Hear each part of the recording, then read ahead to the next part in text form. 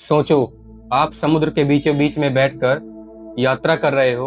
आसमान एकदम साफ है, कोई भी दिक्कत नहीं है, आपकी जहाज एकदम ठीक ठाक चल रही है। लेकिन अचानक सब कुछ गायब। आपकी जहाज का ना कंपास काम करेगा, ना आपकी जहाज काम करेगी, और ना आपका रेडियो काम। ऐसे ही घटना हुई थी जब यूएस नेवी के 5 बॉम्बर प्लेन और 14 लोग 5 दिसंबर 1945 ईस्वी को, यानी कि अपने देश के आजाद होने से ठीक 2 साल पहले निकले थे ट्रेनिंग के लिए। ठीक है, 14 लोग निकले थे, लेकिन उनमें से किसी का भी पता नहीं चला।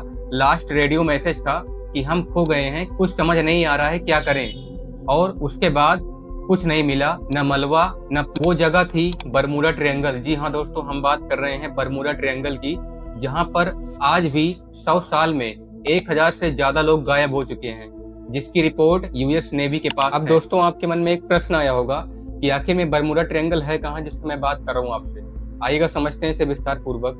बरमूडा ट्रायंगल जाने के लिए आपको सबसे पहले फ्लोरिडा से स्टार्ट करना है। उसके बाद आपको बरमूडा ट्रायंगल जाना है, उसका फर्स्ट पॉइंट दिखेगा। ठीक है, बरमूडा ट्रायंगल का, उसको क्रॉस करना है। उसके बाद आपको प्यूर्टो ट्रेंच की लाइन दिखेगी, जो कि लास्ट लाइन होगी जहां से बरमूडा ट्रायंगल की स्टार्टिंग होती है, उसको जाना है। ठीक है, फिर तीनों पॉइंट को मिलाते हैं जब आप, तो बनता है बरमूडा ट्रायंगल, जिसका एरिया निकल कर आता है 11 लाख स्क्वायर किलोमीटर। जी हाँ दोस्तों, ये बरमूडा ट्रायंगल का एरिया 11 लाख स्क्वायर किलोमीटर में फैला हुआ है, जहां से ये सारी घटनाएं हो रही। बरमूडा ट्रायंगल का नाम बरमूडा पड़ा कैसे? दोस्तों आइएगा समझते हैं इसको भी, थोड़ा डिटेल्स में एनालिसिस करेंगे। दोस्तों, जैसा कि आपको पता होगा कि 1964 ईस्वी में एक अमेरिकी राइटर थे जिनका नाम था विंसेंट गड्डिस। 1964 में उन्होंने बताया कि बरमूडा ट्रायंगल का नाम बरमूडा है। उन्होंने ही बरमूडा शब्द का पहले यूज किया। उसके बाद आते हैं 1974 ईस्वी में, ठीक 10 साल बाद, चार्ल्स बर्लिच, जिनकी एक किताब आती है जिसको पढ़ने के बाद दुनिया हिल गई। ठीक है, उसके बाद आता है यूएस पिकरिंग का एक ऐसा केस जिसमें 90 लोग थे और उनमें से एक भी नहीं बचा।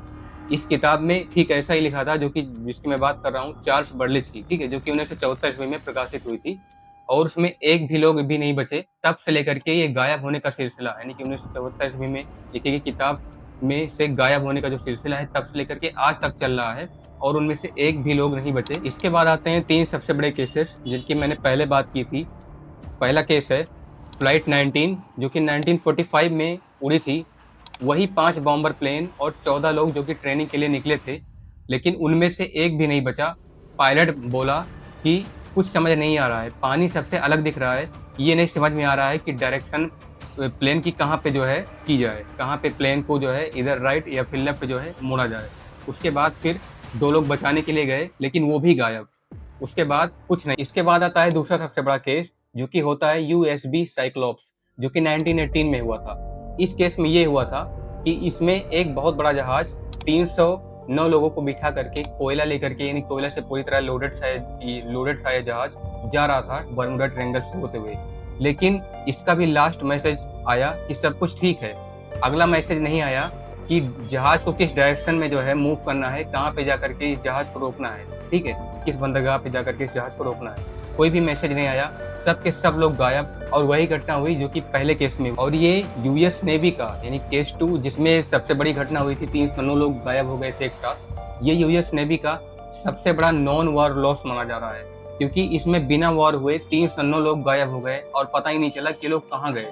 उसके बाद आता है केस 3, स्टार टाइगर और स्टार एरियल, जो कि 1948 से 1949 में हुआ था। ठीक है, इस केस में ये हुआ था कि इसमें 2 लोग जो है एक यूएस के एरोप्लेन में जो है बैठे हुए थे, और ये दोनों लोग बताते हैं, इनका लास्ट मैसेज ये रहता है कि ये लोग जब बरमूडा ट्रायंगल जा रहे होते हैं तब कहते हैं कि सब कुछ ठीक है, लेकिन ये भी कहते हैं लास्ट में कि कुछ समझ नहीं आ रहा है कि प्लेन की डायरेक्शन कहाँ पे जा रही है। मैंने कि बरमूडा ट्रायंगल से होते हुए जा रही है तो पता है, लेकिन बीच रास्ते में उन्हें ये नहीं पता चलता है कि एग्जैक्टली ये लोकेशन हम लोग यूएस ही जा रहे हैं या फिर कहीं और जा रहे हैं। तो जहाज ही अचानक गायब हो जाता है, उसमें 2 लोग भी गायब हो जाते हैं, और वही हुआ जो पहले और दूसरे केस में हुआ था।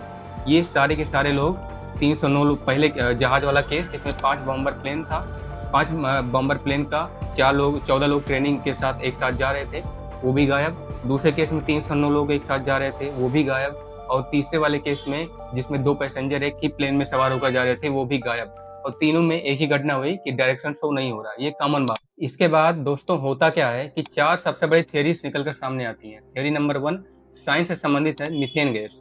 आपको पता होगा समुद्र के नीचे मीथेन गैस दबी है। जब होता क्या है कि समुद्र के नीचे मीथेन गैस फंसी हुई है, यानी कि दबी हुई है, आप कुछ भी कह लीजिए। होता क्या है कि जब बबल बनता है तो पानी की डेंसिटी कम हो जाती है, जिससे जहाज के डूबने के चांसेस बहुत ही ज्यादा हो जाते हैं। जहाज 1 सेकंड में भी पानी में डूब सकता है। दोस्तों, इसके बाद दूसरी सबसे बड़ी थ्योरी सामने निकल कर आती है, मैग्नेटिक एनोमली। कहा जाता है कि मैग्नेटिक एनोमली बर्मुडा ट्रायंगल के एरिया का जो मैग्नेटिक एनोमली है, यानी कि विद्युत क्षेत्र है, ठीक है, चुंबकीय प्रभाव है, वो बहुत ही ज्यादा कम है, बहुत ही ज्यादा खराब है। जिससे होता क्या है कि जहाज का कंपास काम करना बंद कर देता है, रडार से डिस्कनेक्ट हो जाता है और पायलट रास्ता भटक जाते हैं। इसके बाद दोस्तों, थ्योरी नंबर 2 के बाद थ्योरी नंबर 3 आती है, एलियन बेस।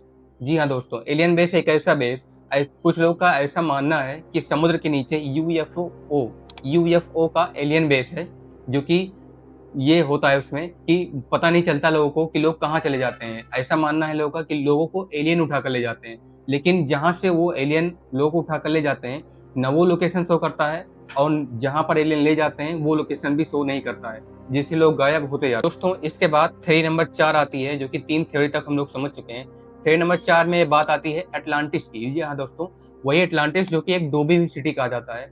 उस अटलांटिस के कोर पॉइंट यानी कि बॉटम पॉइंट से एनर्जी की किरणें निकलती हैं, और लोगों का ऐसा मानना है कि जो एनर्जी की किरणें अटलांटिस सिटी के बॉटम से निकलती हैं, तली से निकलती हैं, वो चीजों को गायब कर देती हैं। यानी कि जहाज के आने जाने की लोकेशन एग्जैक्टली जहां पर वो शो होना चाहिए वहां पर शो नहीं होता है। इससे पायलट रास्ता भटक जाते हैं, भ्रमित हो जाते हैं, जिससे कुछ लोग मानते हैं कि कंपास काम करना बंद कर देता है। तो दोस्तों, आपको क्या लगता है, सच क्या है? मीथेन गैस, मैग्नेट, या फिर अटलांटिस, या फिर कुछ और?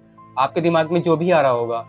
लेकिन दोस्तों, सच तो यही है कि आज 1945 से लेकर के पहले के टाइम से लेकर के 2026 तक हमारे पास इसका एग्जैक्टली क्लियर आंसर नहीं है कि उस समय एग्जैक्टली हुआ क्या था। 3 केसेस, 4 थ्योरीज, लेकिन इसका भी एक भी एग्जैक्ट एक्सप्लेनेशन सामने नहीं आया। दोस्तों, मैंने भी कुछ सर्चिंग के बाद, कुछ ज्यादा खोजबीन के बाद ये पता लगाया कि कुछ मीडिया रिपोर्ट्स के अनुसार और कुछ ऐसे ब्लॉग आर्टिकल्स बने हैं बर्मुडा ट्रायंगल पर, जिसमें साफ साफ लिखा गया है कि पहले जैसा अब नहीं रहा, अब सब कुछ नॉर्मल हो गया है।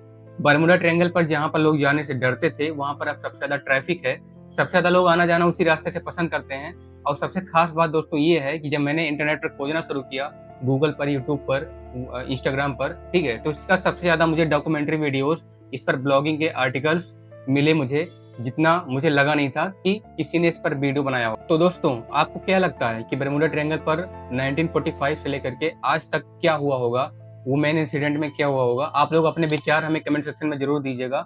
और इसके साथ ही अगर आपको फैक्चुअल वीडियोस या फिर हिस्ट्रिकल वीडियोस देखने में अच्छी लगती हैं, तो आप हमारे चैनल अपार न्यूज नेटवर्क पर सब्सक्राइब कर सकते हैं, वीडियो को लाइक कर सकते हैं, शेयर कीजिएगा और जितना ज्यादा हो सके अपने दोस्तों के पास, ठीक है, ताकि वो लोग भी इससे अवगत हो पाए। तो दोस्तों, इसी के साथ आप लोग हमारी वीडियो को देखते रहिएगा। मिलते हैं इसी स्टे भी नेक्स्ट इंटरेस्टिंग वीडियो के साथ।